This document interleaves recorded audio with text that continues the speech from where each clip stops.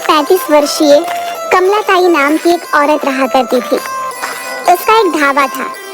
उसके ढाबे पर मिलने वाली रबड़ी बहुत दूर तक मशहूर थी। वो रबड़ी वो खुद बनाती थी। कमला ताई क्रूर और निर्दयी स्वभाव की थी। वह गांव में ब्याज पर पैसे उठाने के काम भी करती थी। इस काम के लिए उसने कुछ गुंडे भी पाल रखे थे। एक दिन गांव का सरपंच चतुर सिंह कमला ताई की रबड़ी खाने के लिए आया। कैसी हो कमला ताई? मैं तो हमेशा अच्छी होती हूँ चतुर सिंह जी। आप बताइए, सुबह सुबह आज आपको मेरी दुकान कैसे याद आ गई? क्या बताऊं कमला ताई, कल शाम को तुम्हारी दुकान की रबड़ी खाकर घर जाकर सो गया। पेट तो भर गया था, लेकिन अंदर से मन नहीं भरा। पूरी रात सपने में तुम्हारी रबड़ी ही आती रही। इसलिए सुबह उठकर तुम्हारी रबड़ी फिर से खाने के लिए आ गया। तब तो आपको कुछ घंटों का इंतजार करना पड़ेगा चतुर सिंह जी। मैं कुछ समझा नहीं। आप तो जानते हैं चतुर सिंह जी, मेरी दुकान की रबड़ी दोपहर के 12 बजे तक बनकर तैयार होती है। अरे कुछ कल की रबड़ी अगर दुकान पर रखी हो तो वही खिला दो। चतुर सिंह जी, आप तो जानते ही हैं, मेरी दुकान पर दूर दूर के गांव के लोग रबड़ी खाने आते हैं। उनमें से बहुत सारे तो बगैर खाए ही लौट जाते हैं, क्योंकि रबड़ी खत्म हो जाती है। तो कल की रबड़ी बचने का तो कोई सवाल ही नहीं उठता। और वैसे भी अपने गांव में आपके अलावा सिर्फ इक्का दुक्का लोग ही मेरी दुकान पर आते हैं, वरना मेरी दुकान तो बाहर के गांव के ग्राहकों से चलती है।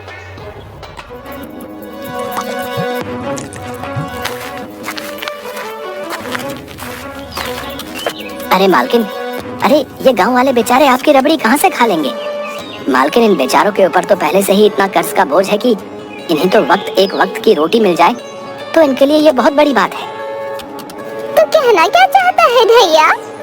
कुछ नहीं मालकिन, मैं तो बस ये कहना चाहता हूँ कि हमारे गांव में गरीबी बहुत ज्यादा है। मुझे बेवकूफ समझ रखा है तूने? मैं सब समझती हूँ। तू हंसी हंसी में मुझे ताने देता रहता है। अरे ढैया पर क्यों भड़क रही हो कमला ताई? वो बेचारा कुछ गलत थोड़ी ही ना बोल रहा है। हम सब जानते हैं कि पूरा गांव तुम्हारा कर्जदार है। उन बेचारों की जमीन जायदाद खेत सब तुम्हारे पास गिरवी रखे हैं, और वो बेचारे जीवन में ना कभी सूद सहित तुम्हारे पैसे लौटा पाएंगे और ना वो अपनी संपत्ति छुड़ा पाएंगे। क्योंकि अगर तुम किसी को 500 रुपए सूद पर देती हो तो अगले महीने उसका सूद ही 5000 हो जाता है। लेने वाला तो बेचारा वैसे ही मर जाएगा। अरे तो मैं क्या इन सब गांव वालों को घर घर जाकर जबरदस्ती कर्जा देती हूँ क्या? वो मेरी दुकान पर खुद आते हैं पैसे मांगने के लिए। पैसे देने से पहले मैं उन्हें सब बता देती हूँ कि मैं सूद और लोगों से थोड़ा ज्यादा लगाती हूँ। इसके बावजूद भी अगर वो नहीं मानते तो उसमें मैं क्या करूँ? और तुम तो इतने भोले बन रहे हो चतुर सिंह, जैसे कि तुम तो राजा हरिश्चंद्र की संतान हो। मुझे सब पता है शहर में तुम कौन सा काला कारोबार करते हो। अरे कमला ताई, तुम तो मेरी बात का बुरा मान गई। मैं तो बस तुमसे ये कहना चाहता हूँ कि अपने गांव के लोगों पर थोड़ा सा तरस खा लिया करो।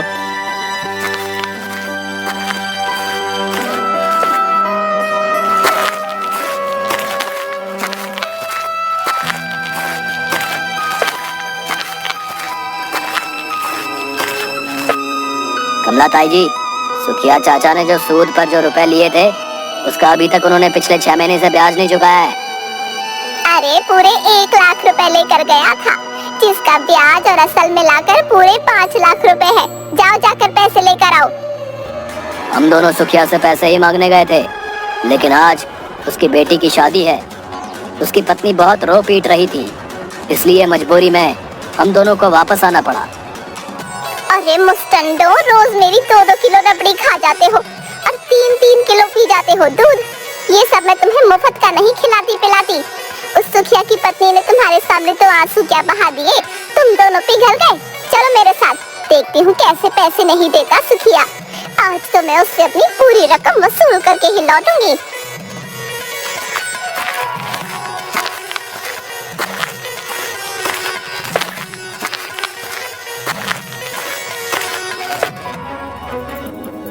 सुखिया, अरे ओ सुखिया, कहाँ मर गया तू? अरे कहाँ मुंह छुपाए बैठा है? हिम्मत है तो यहाँ आकर कमला ताई का सामना कर।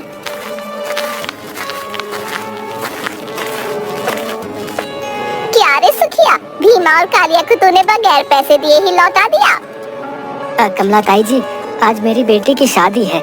मुझे थोड़ी मोहलत और दे दीजिए, मैं आपके सारे पैसे सूद समेत वापस कर दूंगा। बस वही मैं तुझे नहीं दे सकती। तुझे जितनी मोहलत देनी थी मैंने दे दी। आज मैं अपने पूरे पैसे लेकर जाऊंगी।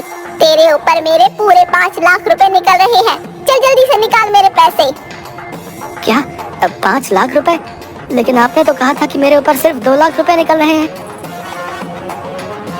अरे वो तब कहा था जब तू समय पर पैसे दे देता, लेकिन तू अपने वादे से पूरे 2 महीने लेट हो गया, तो उसकी ब्याज दुगनी लगेगी ना। ऐसा अत्याचार मेरे ऊपर मत कीजिए कमला ताई, मैं बर्बाद हो जाऊंगा। मुझे इससे क्या फर्क पड़ता है? पैसे अगर सूद पर पैसे लिए हैं तो लौटाने तो पड़ेंगे। कमला ताई जी, मैं तो सोच रहा था कि मेरी जो गांव की जमीन पड़ी है उसे बेचकर मैं आपके सारे पैसे चुका दूंगा, लेकिन 5 लाख रुपए मैं आपको कहां से दूंगा? अगर मैं अपना घर और जमीन भी बेच दूं, तब भी मैं इतने पैसे नहीं जुटा सकता। कोई बात नहीं सुखिया, तूने अपनी बेटी के विवाह में जो गहने बनवाए हैं वो किस काम आएंगे? मैं तुझे 15 दिन की मोहलत देती हूँ। 15 दिन के अंदर इस घर को खाली कर देना। अगर तूने ऐसा नहीं किया तो ठीक 15 दिन बाद मैं तुझे इस घर से धक्के देकर बाहर निकालूंगी। पर हाँ, जो जमीन तूने बेचने की बात कर रहा था ना, अब वो भी मेरी ही है।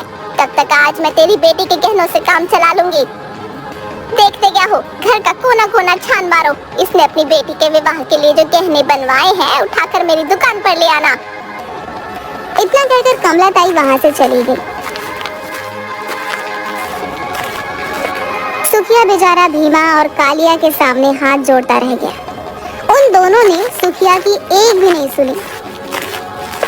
वो सुखिया की बेटी के विवाह के गहने जबरदस्ती लेकर वहाँ से चले गए। सारा गांव सुखिया के घर पर इकट्ठा हो गया।